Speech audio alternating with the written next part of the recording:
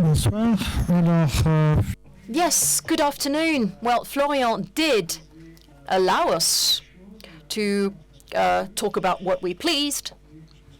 So I'll just try to get control of this beautiful machine. I use Macs, so I don't know how to work a PC anymore. Oh, there we go.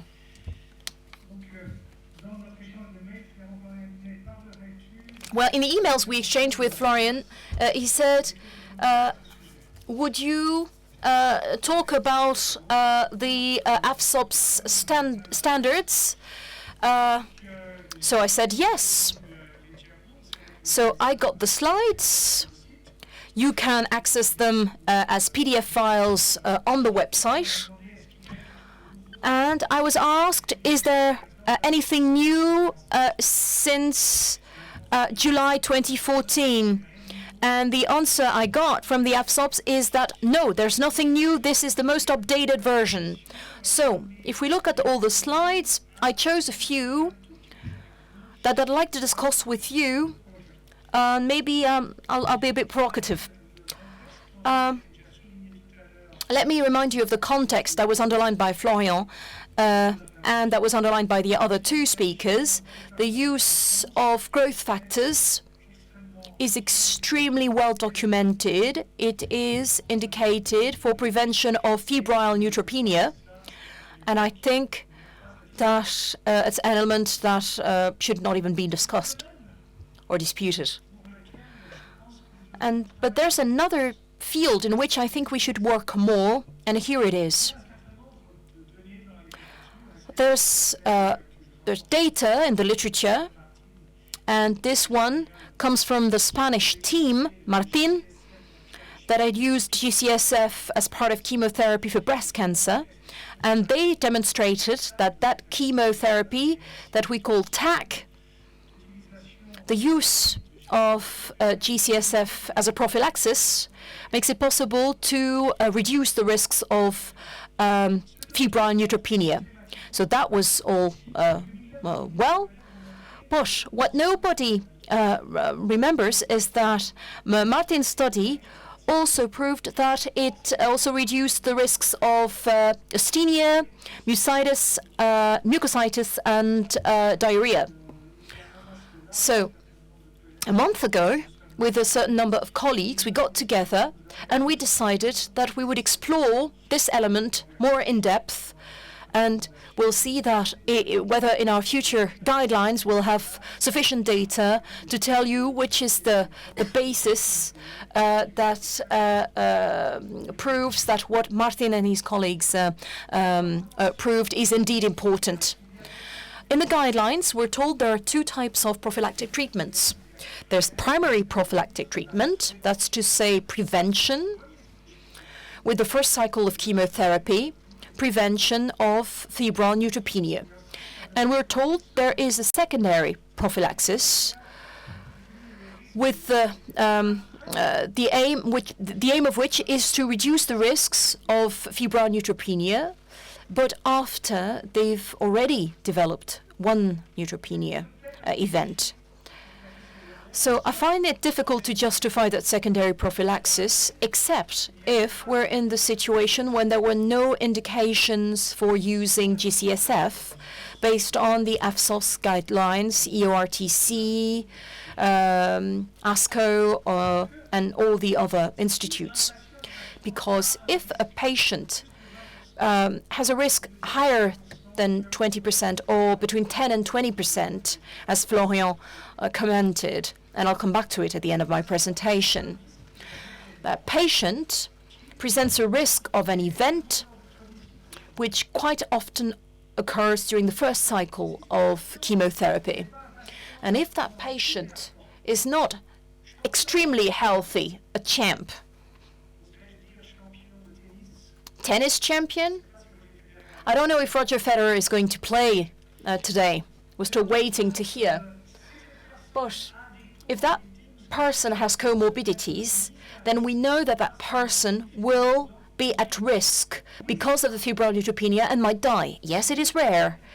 Yes, that took meta-analysis to show that there was a benefit of growth factors to prevent mortality. But is it acceptable nowadays to put these patients at risks of dying from febrile neutropenia whilst these people are under treatment, where we know that there's a non-negligible risk of neutropenia?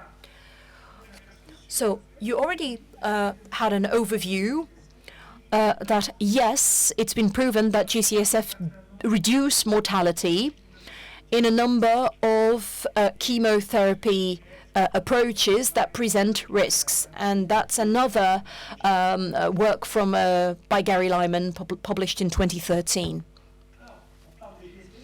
So we mentioned Gcsf. There's a number of them at our disposal. Here are the ones currently available in France. There's also one that's not available in France, but it is available in Europe. So it begs the question, are all these Gcsf the same? So I have very little time, so I can't go into the details of that discussion, but let me raise that point, because I think it's an element that has not been solved, that has not been settled, and the working group that I'm fortunate enough to be part in within the ORTC gave the following answer: results are not sufficient to say whether there is indeed an advantage in using a long-acting Gcsf versus a short-acting Gcsf. Even though we had some data in the literature back then, the data you can see on this slide, showing that the use of Gcsf, as it was done by clinicians, are not as good for preventing febrile neutropenia compared with long-acting Gcsf, where you have only one injection and you know what to do. So what do oncologists do? Well, I won't dare to give in front of a French audience French data that are as disastrous as the others, but suffice it to say that we're no better in France than elsewhere. Well, I forgot to use the white screen. Well, there's a bit of a problem because I transferred it from my Mac, so the format is not quite right. But there's a number of studies and papers that have been published, and this one is taken from the Support Care and Cancer publication. It's our colleague from Poland who carried out an international team with a number of observations on different types of cancer, and they noted that out of those 1,300 people at risk, with a risk higher than 20% that had not received a prophylactic treatment with Gcsf, well, 127 developed a febrile neutropenia. And in the lower right-hand side, you see that even though the risk was higher than 20% or 20% or more, clinicians in that study did not use Gcsf the way they should have used it for most cases. And sometimes, look at the blue bars, they didn't even give Gcsf, even though patients had a risk higher than 20% to develop a febrile neutropenia. So there are FSOBS the standards, European standards, but clinicians think they know better. So, amongst other things, those standards insist on how these products should be used. It's all in the market authorization, but in Klisinski's study, they were given between 3.6 days up to 4.95 days. He's not the only one. is not the one to point out that what we're doing makes no sense. I'm not going to go into the details. Go to the ASCO website from last year, and you'll find Hartmut Link's slides. He made observations in a number of centers in Germany, and that leads him to the same conclusion. There are guidelines in Germany that are very similar to the FSOBS guidelines or to other guidelines because they're all based on the same literature. And very recently, my Italian friend Giovanni showed me that study that I had forgotten all about because it hasn't been published. The final version hasn't been published, and it seems that on the other side of the Alps, they're no better. If we look at the number of doses per cycle, less than 4, 4, or 5, or 6, you see the percentages are fairly significant. Now, this is a very amusing result that Giovanni shared with me. What do you see over here? You see the way our Italian colleagues, yeah, okay, so they're slightly better in 2014. I'm not so sure, actually. We find that at the time they used, of course it's changed today, because it wasn't reimbursed by all of Italy's provinces. So now this is how they were using pegfilgrastim, 1 day on, 1 day off. Now this is some extraordinary piece of imagination that they've used over here. You've got it used over 3 days, 4 days, or intermittently. You see it's red and then it's grey. That means they're not giving it, then they give it back. You see, it's very sporadic, and there are all sorts of things over here. 1 day yes, 2 days no, and so on. It's rather extraordinary. There's just no system here. So where have they got all this from? You know, why? Why are they using these products in such a strange way? Where's this data coming from? So with some other colleagues, Mr. Perry-Gascon, for instance, we did a study, and it was presented a few months ago at the MAS conference. We were working on this issue. And Perry had established this protocol that we rolled out in a certain number of countries to see what was happening. So we collected the data. I'm not going to share them with you, but they're all very remarkable, similar to all that I shared with you already. Now, on the other side of the Atlantic, Jeff, are you doing well? He says, no, we've got data in the US too. There's also a lot of imagination used in the use of Gcsf to such an extent that ASCO, in its directives, which is trying to actually formulate the use of certain methods which are really not useful from the economic rationale point of view, have highlighted that there's a very strange use of Gcsf in the USA. And he reminded us of the existence of recommendations made by ASCO, which are similar to those for RTC. Well, what am I saying? I'm saying that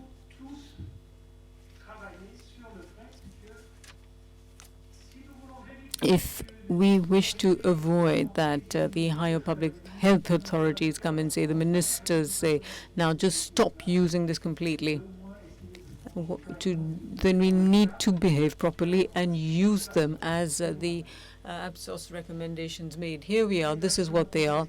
So for primary prophylaxis, and evaluate the risk of febrile neutropenia in the patient under 10%. There is no need for the use of Gcsf as a prophylactic.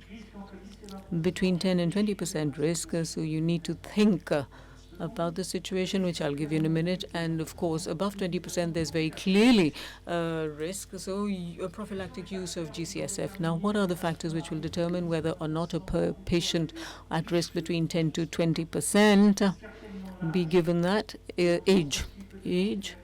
And this might be, of course, a bit artificial, but this is from the studies as they were established, plus other factors which have variable values, more or less.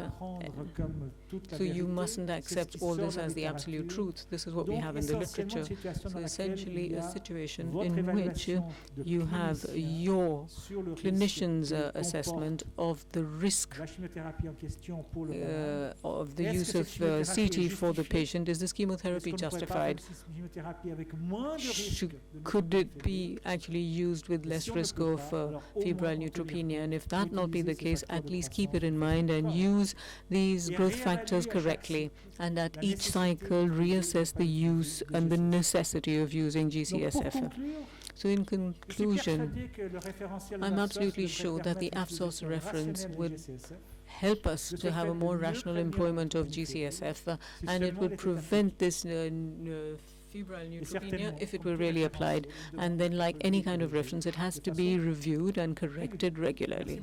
Thank you very much for your attention.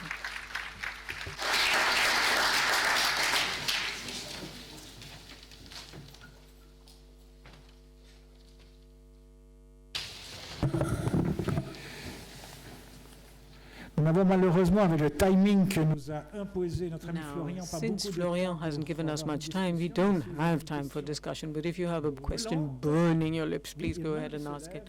I can see a hand go up. Just wait for the microphone. Good evening. Dr. Bruni, my question is as follows. The use of docetaxel for prostate. Now, docetaxel was used in people who were often in a vulnerable state, metastatic as well. So when we use it every 3 weeks, it's a dose that leads to neutropenia. So it's preferable to use it with a growth factor in an older patient. And it does lead to febrile neutropenia after the first injection, no matter what you do. If after chemotherapy you reduce the dose and the intervals and you go from 1 injection a week, but if you use it once a week, the recommendations for Gcsf, what are they? How should we do it and when? Because you talked about the intervals and about the adapting to Gcsf. What should we do? Because there are no recommendations, in these conditions. Indeed.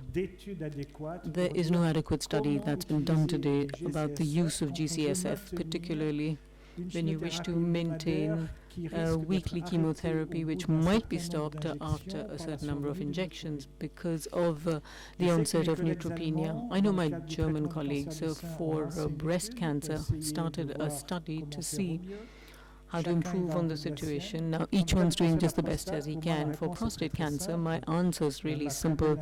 My very good friend, Professor Kolopoleston, published a Finnish study in Lancet, and they use this product every 2 to 3 weeks, and they don't use Gcsf at all. Excellent presentation.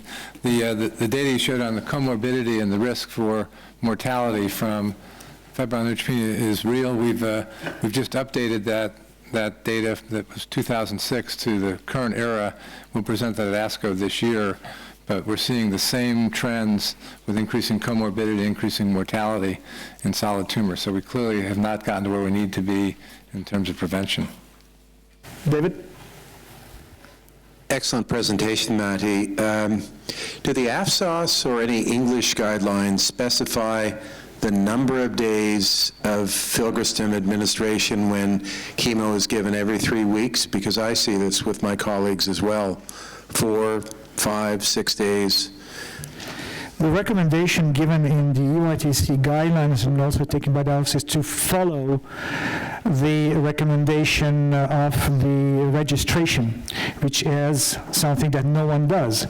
And the big question is therefore, all the data that we have that shows that indeed a long-acting Gcsf protects more from febrile neutropenia than the short-acting ones might be related to the fact that the short-acting ones are being used for too short of a time.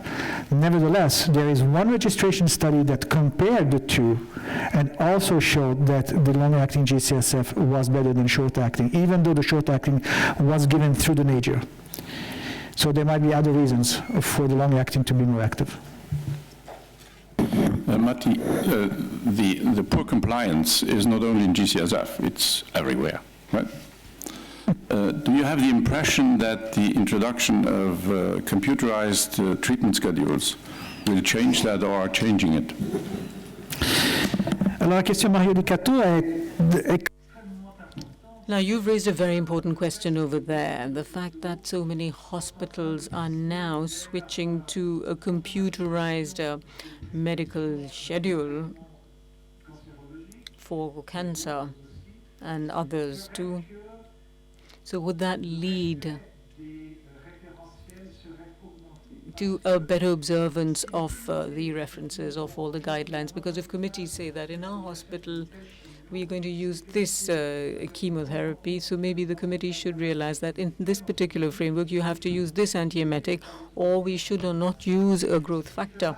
And as a result, the clinician, the practitioner, who would perhaps be more interested in doing the right chemo to my patient, wouldn't need to worry about what might be for many secondary, which is prevention of vomiting or febrile neutropenia. In several studies, it has already been indicated that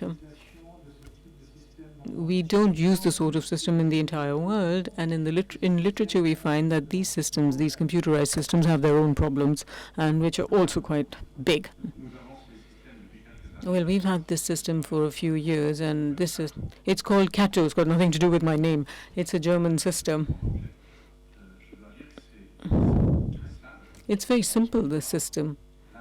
And you don't forget the disadvantage, you know.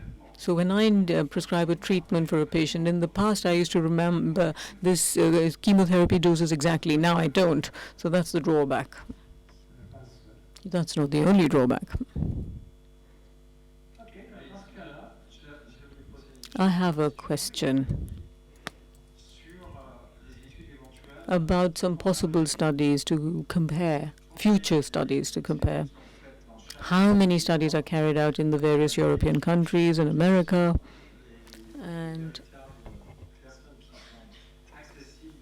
how many people have real access to this data,